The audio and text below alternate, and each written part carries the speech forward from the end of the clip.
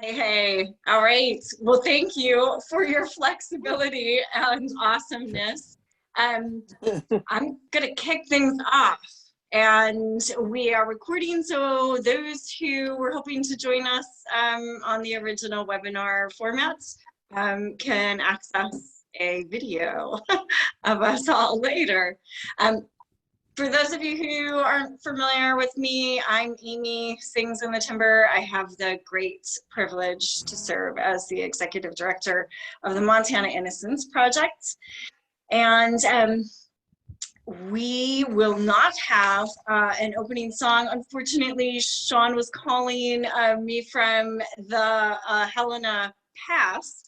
And so we are going to have to forego our opening, unfortunately. But what I would love to do is get us rolling. So Moses, if you are ready. Moses Okeyo is a skilled mediator and works in the Appellate Division for the Public Defender's Office. He received his Juris Doctorate from the Indiana University Maurer School of Law, and he is here to speak with us today about coercive plea bargaining. Moses, thanks so much.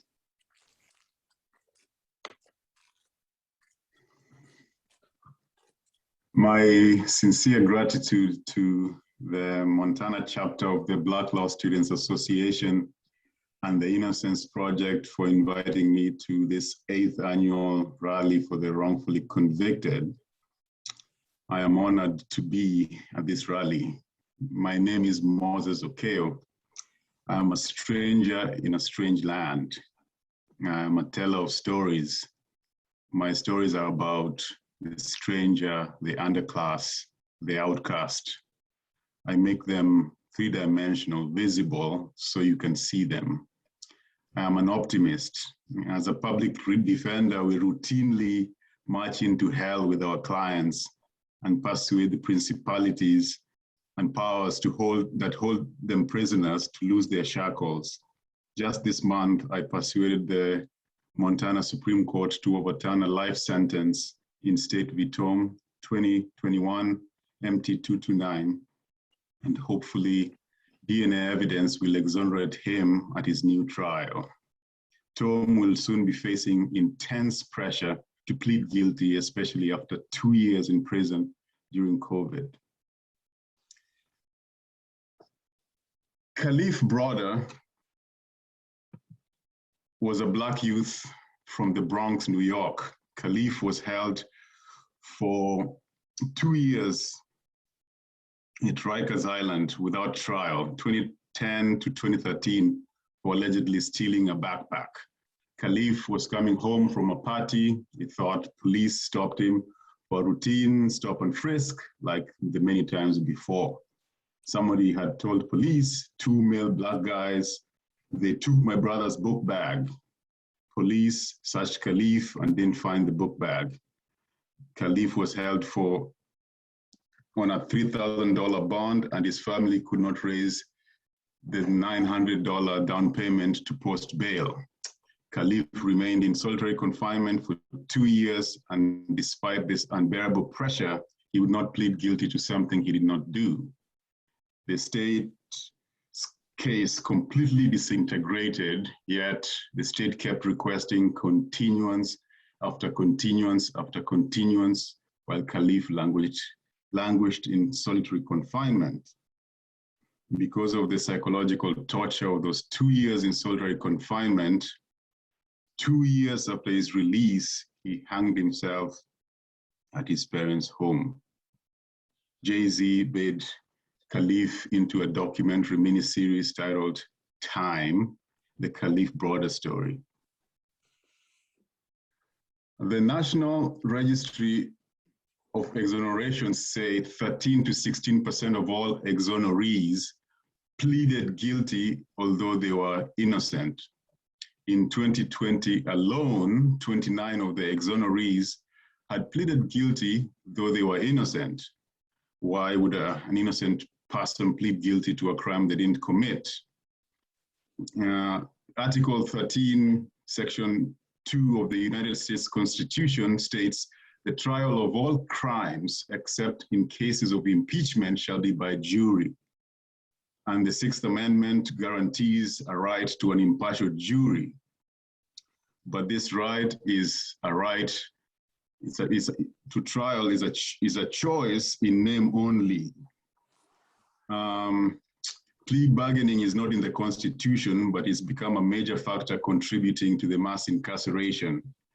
By plea bargaining, we mean an informal negotiation between the prosecutor and the defense to resolve a criminal case without trial.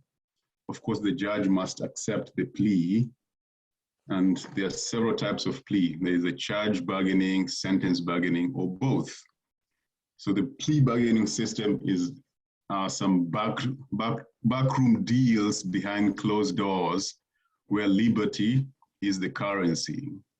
The defendant can cheaply sell their fundamental right to a jury trial in exchange for a lower charge or sentence.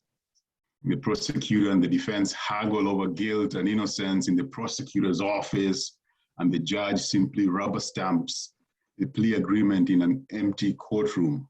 Efficient and expedient, but it's also amoral. It's law without ethics. But all the actors in the justice system turn a blind eye to all the subtle arm twisting that takes place in the prosecutor's office outside of the courtroom. The system of pleas regularly coerces innocent people to confess to crimes they didn't commit, be it because sometimes the plea is set before the defense has a chance to view the evidence. Sometimes the evidence may later exculpate the defendant. Sometimes the harsh interrogation tactics by police. Sometimes the emotional and financial exhaustion caused the defendant to plead guilty. Sometimes youth and feebleness of mind of the defendant causes them to plead guilty. Sometimes there's just a desire to end the whole ordeal. My point is that plea bargaining is inherently coercive. There's intense pressure designed to induce the defendant to waive their fundamental right to a trial. Recently in R v. Anthony Cook, the Supreme Court of Canada described the plea agreements as vitally important to the well-being of our criminal justice system, without which the justice system will eventually collapse under its own weight. The United States Supreme Court also recognized in Lafleur v. Cooper, we now have a system of pleas, not a system of trials, where 97% of federal convictions are achieved by plea bargaining, and 94% of all the state convictions are achieved through plea bargaining.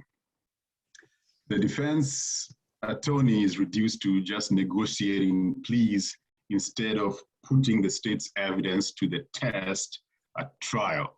Only about 3 to 5% of defendants go to trial.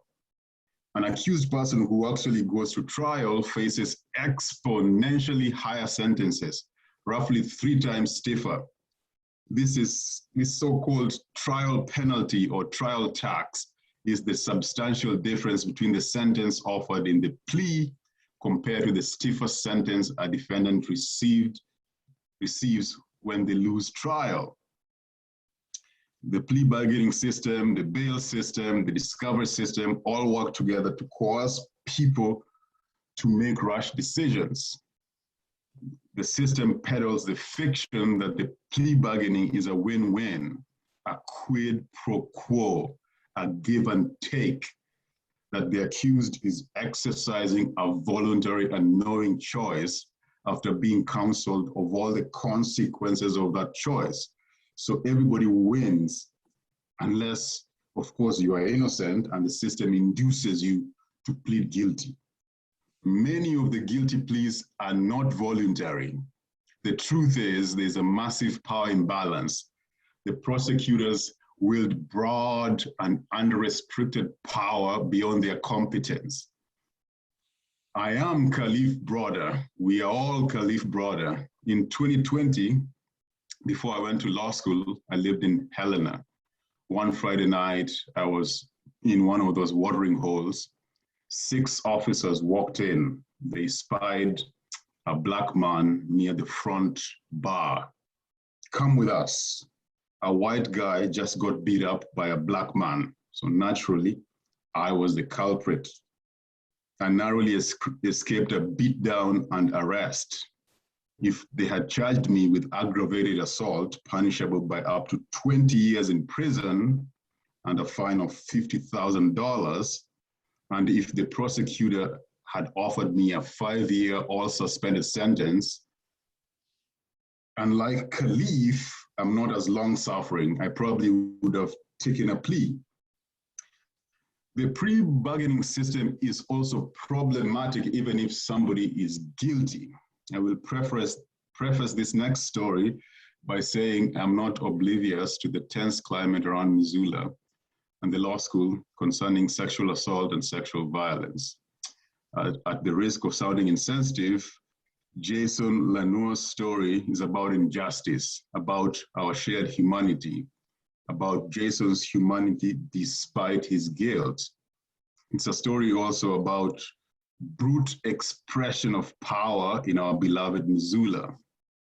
In 2017, Missoula County charged Jason Lanua with sexual intercourse without consent, punishable by 100 years or life in prison, burglary, punishable by up to 20 years. The total possible sentence was life plus 20, a possible $100,000 in fines. Incidentally, in Canada, the maximum sentence for any sexual assault is 10 years. Jason thought he would take responsibility for his actions. Maybe his mother taught him to always tell the truth to authorities. So he cut to the chase, represented himself, and negotiated directly with the prosecutor.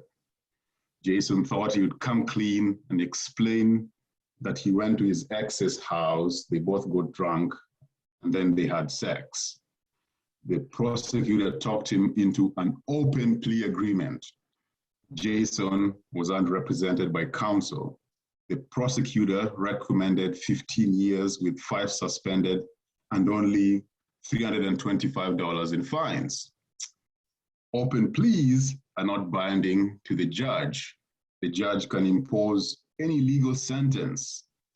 The trap was set, an ambush. When the judge pronounced 70 years, it dawned on Jason he would spend the rest of his life in a cage. He burst into expletive at the judge, expletive at the system that sprung this trap. At sentencing, Jason tried to withdraw his guilty plea through counsel. The judge wouldn't allow it. The Sentence Review Division reduced Jason's 70-year sentence to 50 years, maybe a tacit recognition that the going rate for other white defendants in the same situation was probably much lower than what Jason received. Baiting, tricking, and trapping an unsophisticated, unrepresented 21-year-old outcast into a life sentence is legal in this anything goes system, but it is law without ethics, rather immoral indeed. It should make your blood boil. I put it to you that Jason's story repeats over and over and over in our courts. Ladies and gentlemen, I leave you with this. We have become too well adjusted not to see injustice. I am angry. You should all be angry. Anger has a long history of bringing about change. Maybe our collective anger will be the catalyst we need to change our amoral culture. Thank you. Thank you, Moses. I really appreciate your time and bringing to light some of those issues around coercive plea bargaining for us. It is now my great pleasure to introduce to you Lee Rizzo. Lee is a Missoula-raised artist, She is a singer, a songwriter.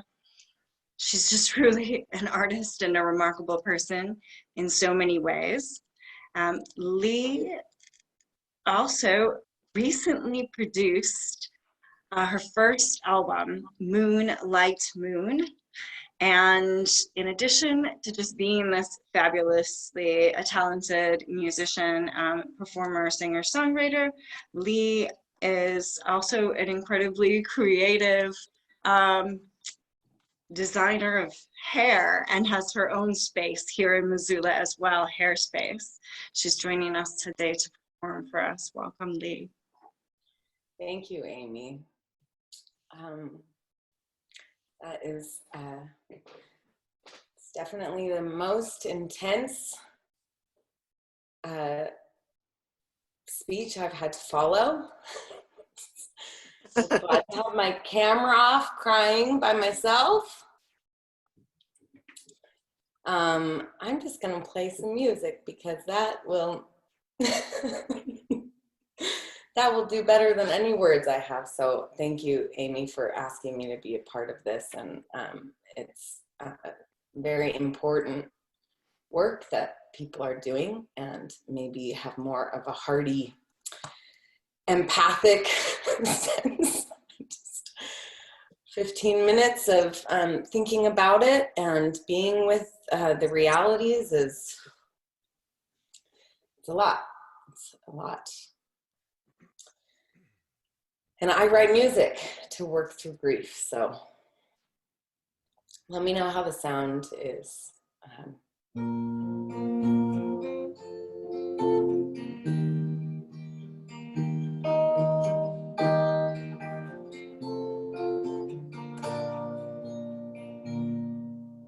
Hold on to the ones you love. You never know when we go. So I hold tight to the ones I need. I wasn't meant to do it alone. So I reach out to the nearest hand. I'm gonna hold on for my life. I move on, move as fast as I can to all the love that feels right. And this rage I feel inside, all the ways it's justified. I know there's something more to it all my yearning's been for. Something more. So I hold fast this emptiness. In it I can't let go. I dig in what's under my skin and stand in my own shadows. Well, I wake up to this fight upon me. I'm gonna give in to the rise and fall. Well, the mother's breathing, beating hard upon me. Oh, the mother's in us all. And this rage I feel inside, all the ways it's justified. I know there's something more to it all my hurting's been for. Something more. So I make room, make space under these stars. This wild heart to rest. And I burn out like an ornery flame. I know I've done my best. And I get up, get on with this living. It's my lucky hand. I'm gonna give up, give in to everything. 'Cause I never, never, never understand. And this rage I feel inside, all the ways it's justified. I know there's something more to it all my burning's been for. Something more. Well, love is the rage and love is my fight. Love is my need and love is my right to go on. Can we go on?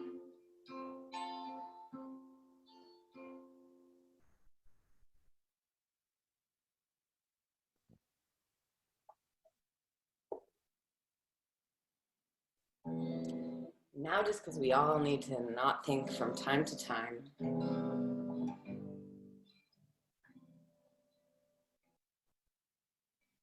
I thought about not thinking since before I knew my name. And then I got much older when heartbreak changed the game. Now thoughts do all the thinking for this thing that I call life. My eyes go blind when all they see is why, baby, why? I was thinking about not thinking for a while.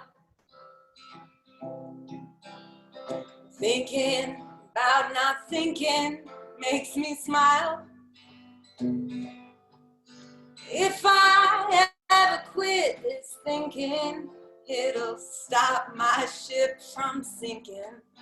Oh, thinking about not thinking for a while. Well, my mind is running from the past and racing towards what's yet to come. Distracted from the wonders of the rising sun. I got these big old brains, yes, in this head of mine. I carry it around wherever I go, spinning wheels and wasting time. I was thinking about not thinking for a while. Thinking about not thinking, what makes me smile. If I ever quit this thinking, it'll stop my ship from sinking. Oh, thinking about not thinking for a while. Well, I read the books and prayed the prayers they said would clear my thinking. I wore the beads and tried the clothes, but my mind is still a-ticking. I've dimmed the lights and lit the candles. I've done some meditating. I've grasped for straws and oh shit handles. My thoughts still aggravating. Now I don't hold my breath to ease my busy head. It's fair to say I'm a silly dreamer, at least until I'm dead. Then one day when I was thinking, a thought came drifting about. That thinking got me into this mess and it ain't gonna get me out.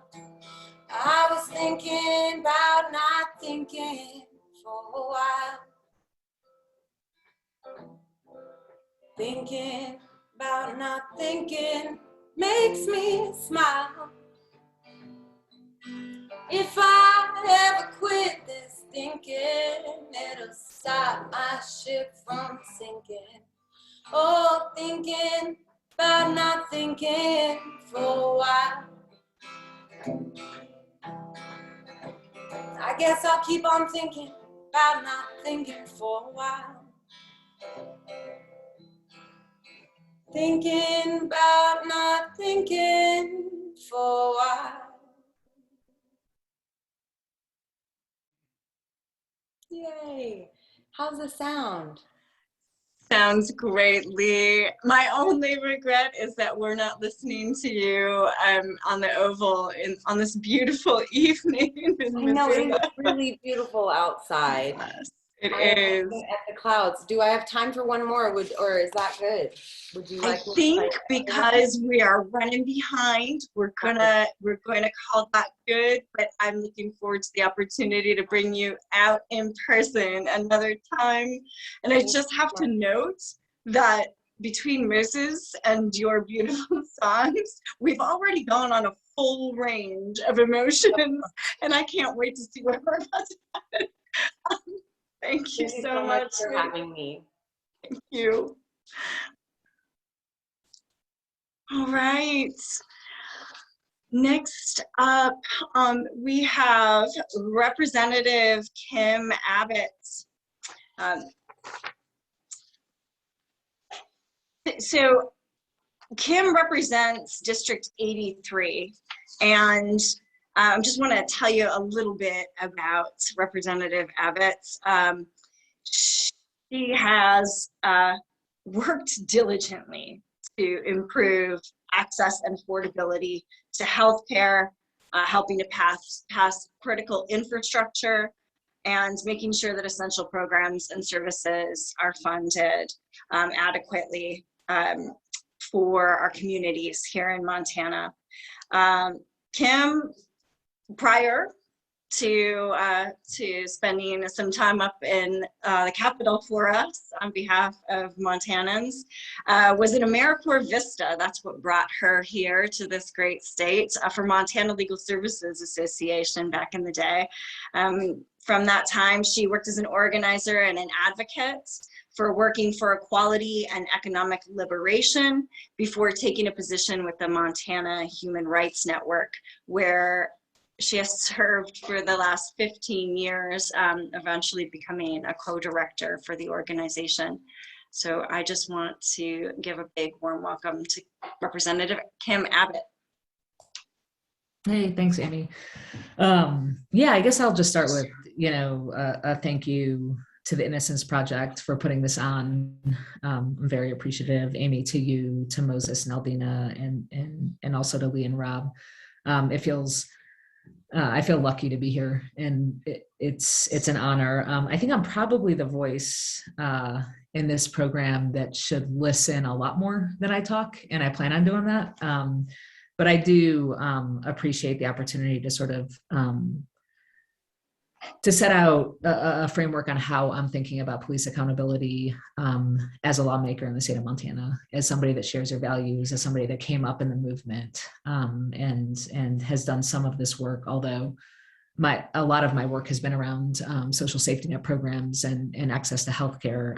This is something that I care deeply about and want to be involved in solutions around. So the framework that I, as a lawmaker, as somebody that's involved in the appropriations process and obviously has, the ability to bring potential statutes, to bring legislation, I think about police accountability in a broad framework of government accountability. All aspects of government services that are funded with public dollars should be subject to public accountability. It's essential. That all of these services are meant to promote the public good in some way and are funded through tax dollars, through public dollars. And our criminal justice system should be no different. From policing to prosecution, there should be accountability. It should be public accountability. It should be serious. And we should be looking at the purpose, the effectiveness, the responsiveness of programs. And somehow I feel like, from my observations and my work, our criminal justice system becomes a set aside. It becomes protected from these normal accountability measures that every other program is subject to, whether it's public education or public benefits, where I've spent a bunch of my time. There's incredible scrutiny on these dollars, on whether they're working the way they're supposed to work. I think sometimes there's too much scrutiny, it becomes ineffective. But somehow policing, prosecution, the criminal justice system gets held aside from this. And it's a failure from my perspective on myself and my colleagues to do what we're meant to do with public dollars. And you know,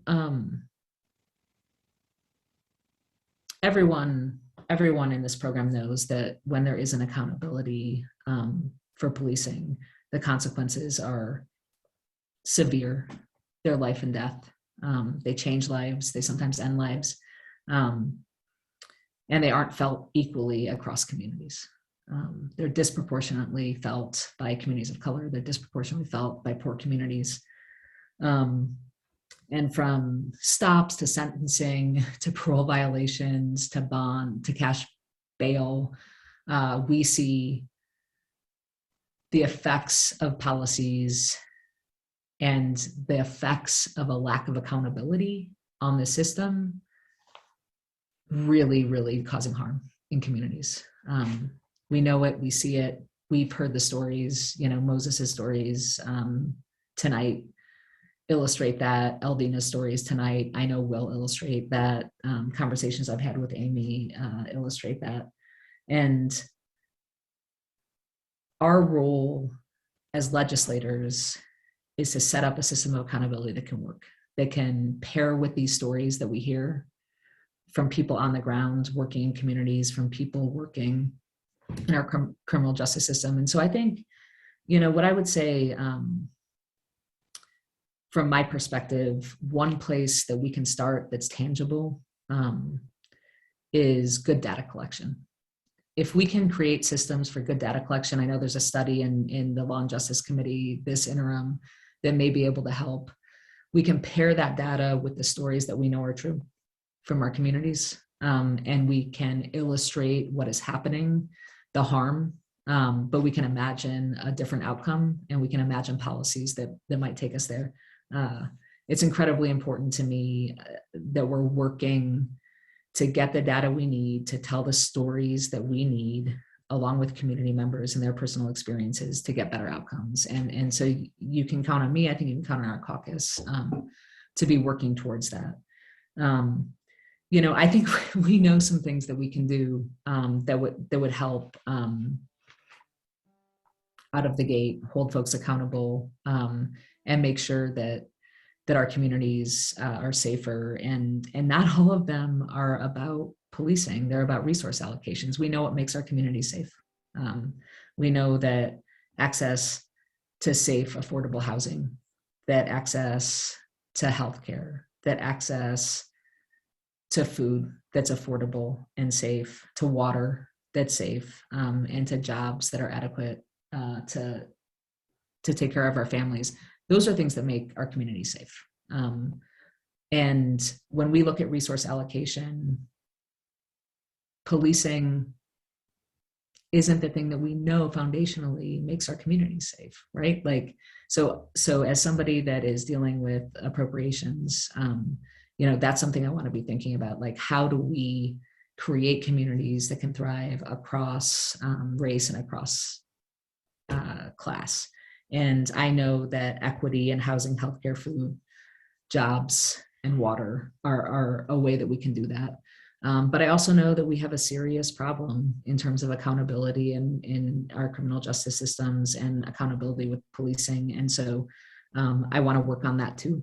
And I want to be able to get the data that matches with the stories that we're hearing tonight, that can allow us to pursue good policies that prioritize accountability, and get us to a better place where our communities are safer, where we don't have disproportionate impact, you know, on communities of color, BIPOC communities, and poor communities, and where we can thrive in Montana.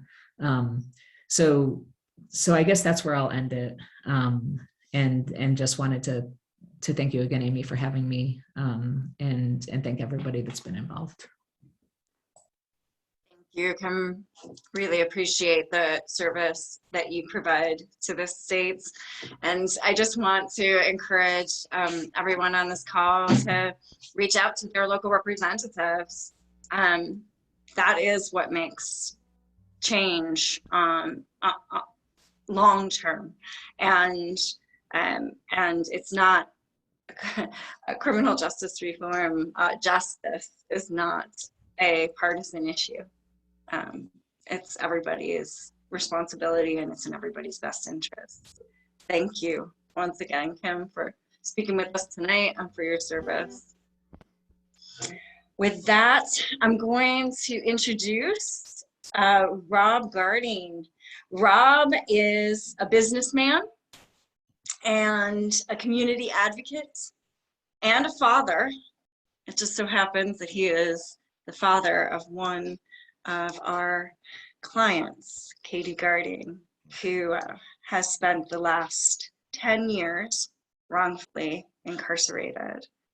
And Rob's going to perform a couple of songs that he wrote for Katie for us tonight. Thank you, Rob, for sharing with us. Thanks for that introduction. Can you hear me okay? Everything's... So I appreciate everyone who's participated so far. It's nice to hear different perspectives and different things that are being done. That's very nice. This first song I'm going to sing, I actually wrote before Katie was incarcerated. She was going through a rough patch as an young adult, I should say, and my heart was breaking, and just wanted to write this song to express all that. So the first one's in that vein. So it's been a real rocky road, doing what you've done, learning what you know, feeling what you feel, taking it real slow. I don't pretend to know all the things you feel whenever you're alone, or all the dreams you have deep inside your soul. Love will see you through. Love from me to you. Yeah, my love can see you through. All the good times, all the bad times, the feel alone and sad times. If you're singing, or if you're crying, or if you almost feel like dying, won't you run back to me? Run back to me, and I'll hold you in my arms.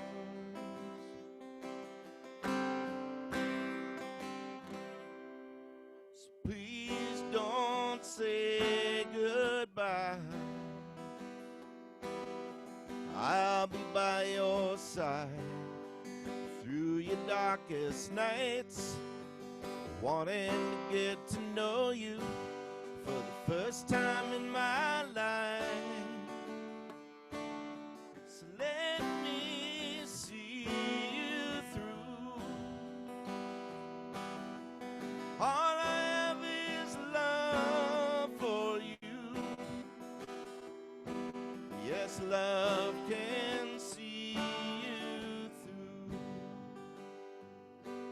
All the good times, all the bad times, the feel alone and sad times. If you're laughing, or if you're crying, if you almost feel like dying, won't you run back to me? Run back to me, and I'll hold you in my arms.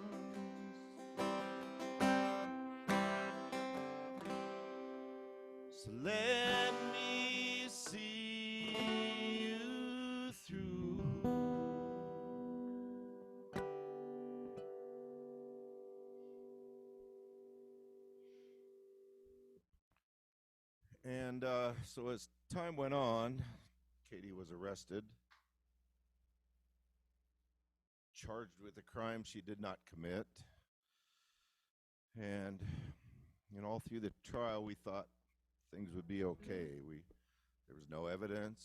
There's no proof that her car was at the scene of the crime, no proof that she was at the scene of the crime. And yet here we are 11 years later, and she's just now regaining some freedom. And some of you may have heard the conference at 1 p.m. today, but Katie said it's freedom, but it's hard. It's almost more stressful than being locked up 24/7. There's much more responsibility, and so when it all came down, I got really, really angry, and I wrote a song to kind of express that. Well, not to kind of express that, to express that. And so it's called "Sometimes I Can't Forget."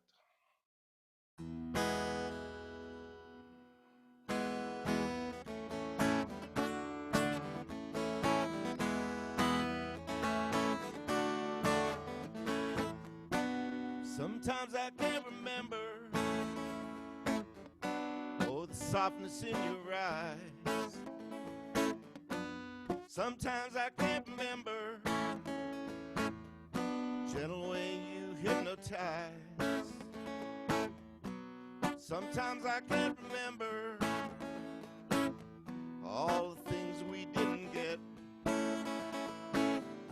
Sometimes I can't remember. Sometimes I can't remember, sometimes I can't forget.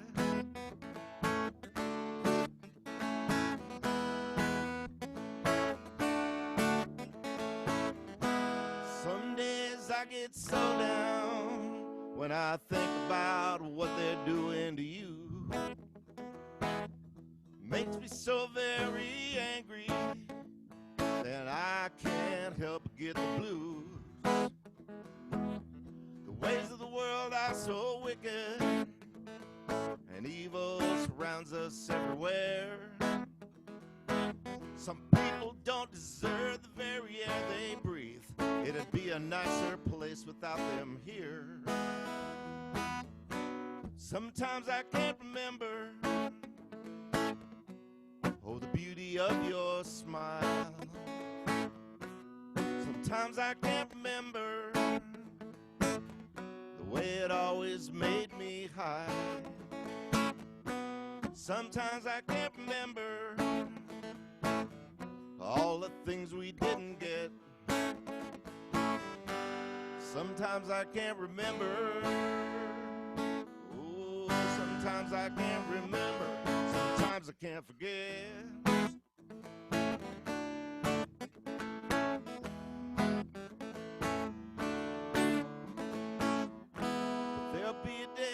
Reckoning, and if it's in my power, that day will come real soon. There will finally be an answer, and together we can fly, and I pray to God it happens very soon. Sometimes I can't remember, oh, the beauty of your smile. Sometimes I can't remember the softness in your eyes. Sometimes I can't remember all those things we didn't get. Sometimes I can't remember. Sometimes I can't remember. Sometimes I can't forget. And I want to remember, never to forget.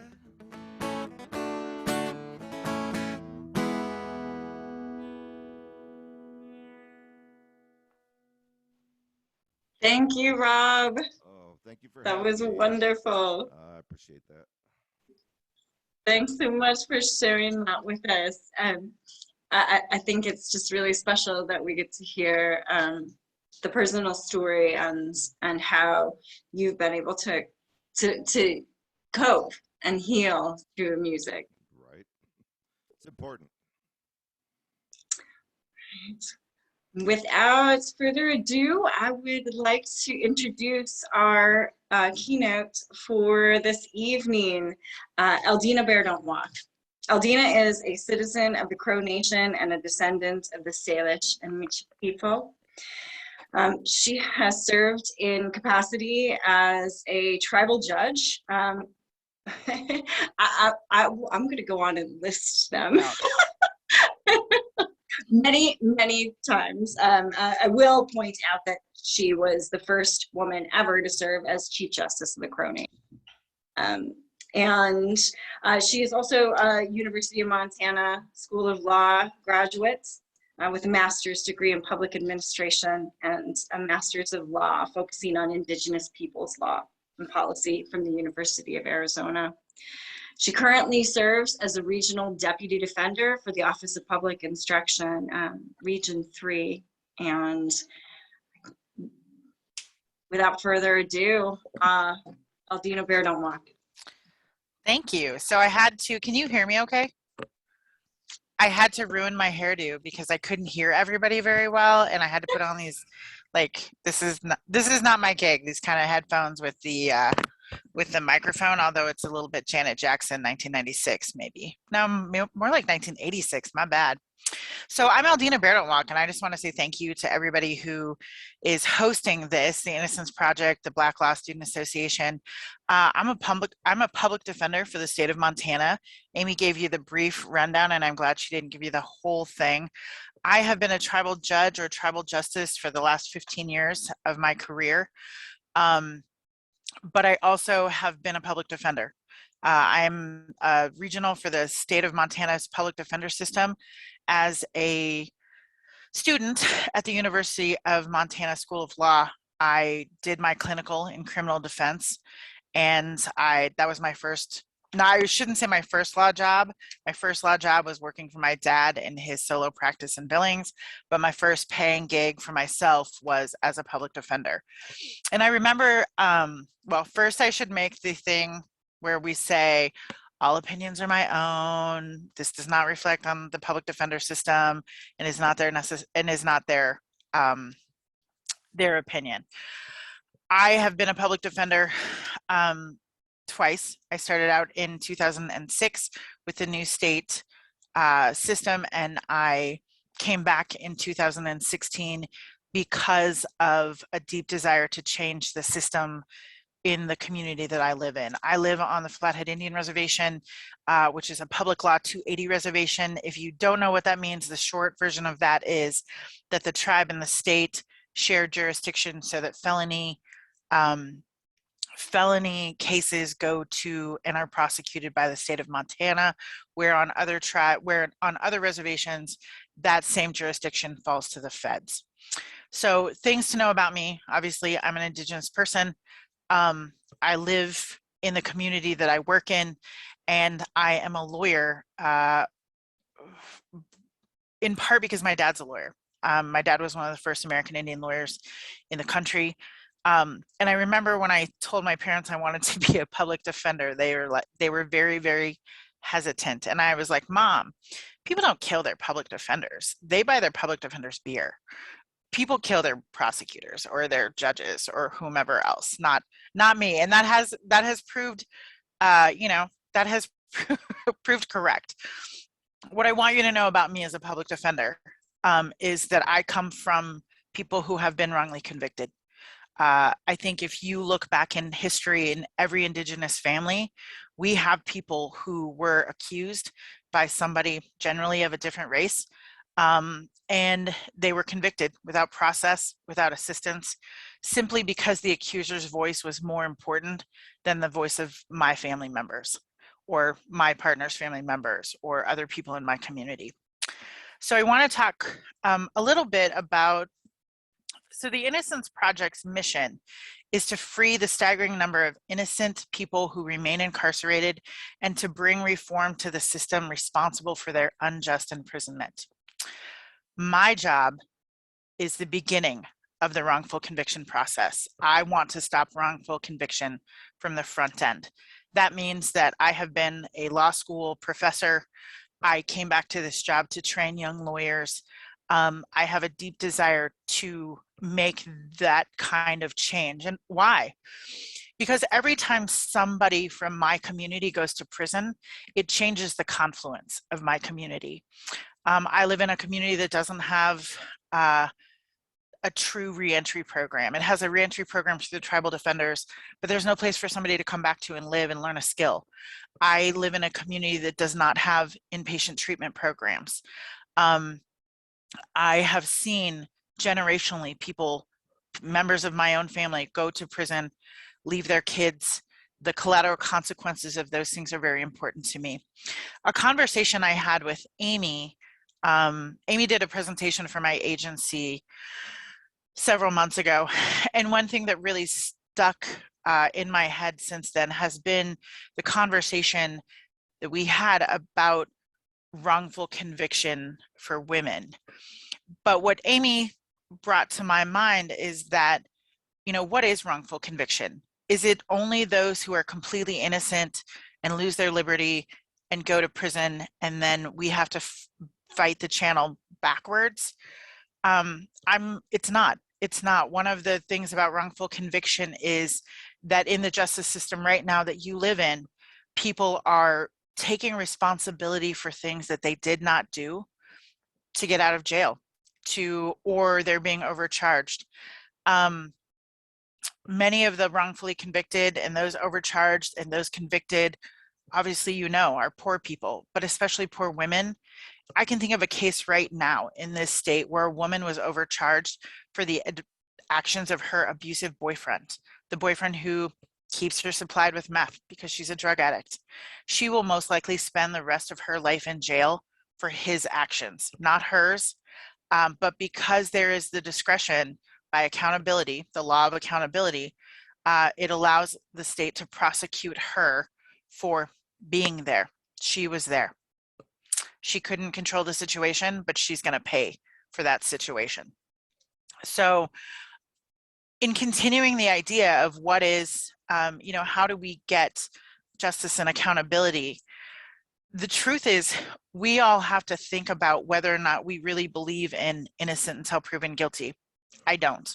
I work in a justice system where people are guilty until proven innocent.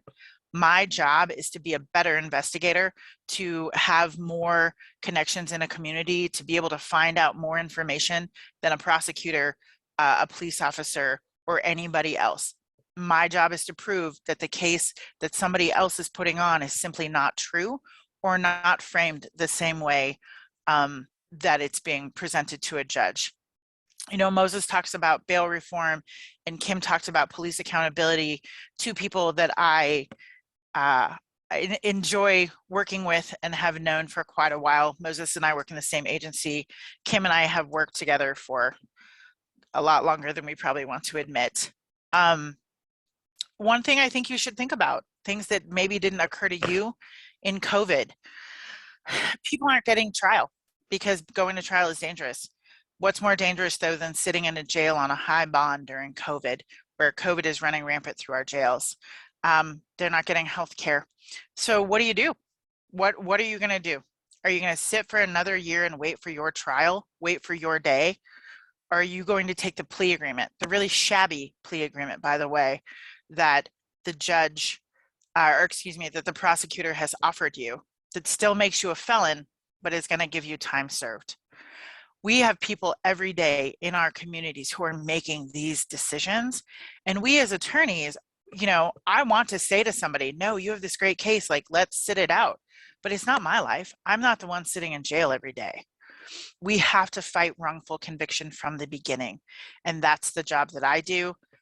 That's the job, that's the work that Moses is doing. That's the work that Kim is doing in the legislature. I have a client right now sitting in a jail, in a county jail. She's been in there for almost 6 months because she can't afford the $2,500 bond.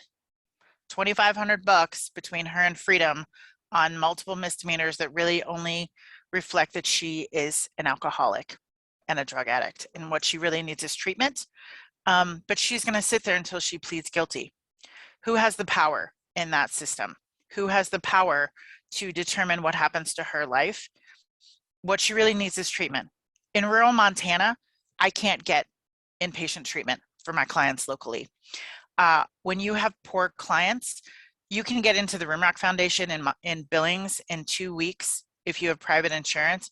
It'll take you 8 weeks if you have public insurance. Part of wrongful conviction and the issues in Montana are we cannot incarcerate addiction out of people. We have an addiction problem. What we need to do is find solutions that don't include incarceration and don't try to manage mental illness by incarceration. We recently had a client who sat in jail for 4 months waiting to go to the state hospital, even though we know that she cannot be rehabilitated from her mental illness. Why? Because people have more power than we do as public defenders. What are the collateral consequences of wrongful conviction? Children who grow up without parents, communities who grow up without members of their families. We normalize visiting people in prison. We, in some senses, not celebrate, but what would the right word be? We normalize it to an acceptable level that maybe it's a little bit cool to be, you know, some kind of somebody coming from prison. And it is something deep in our communities, especially in our Native communities, and in our poor communities, whether it's, you know, we attribute it to TV or all these other things. None of those things matter because it's already deep inside of our programming. And we need to figure out a way to bring people back into the community and change what's happening with them. So how do we achieve justice and accountability? Well, obviously laws. Abbott, that's you. The laws that are put into place are penalty driven. They are, I will say there's a couple of laws that came out of the legislature that I think are fantastic, frankly. We have laws that where if there's a theft of a certain amount, then there's no incarceration. There are those slow moving things that are happening. But I'm also going to talk about the hot-bedded topics of elected officials.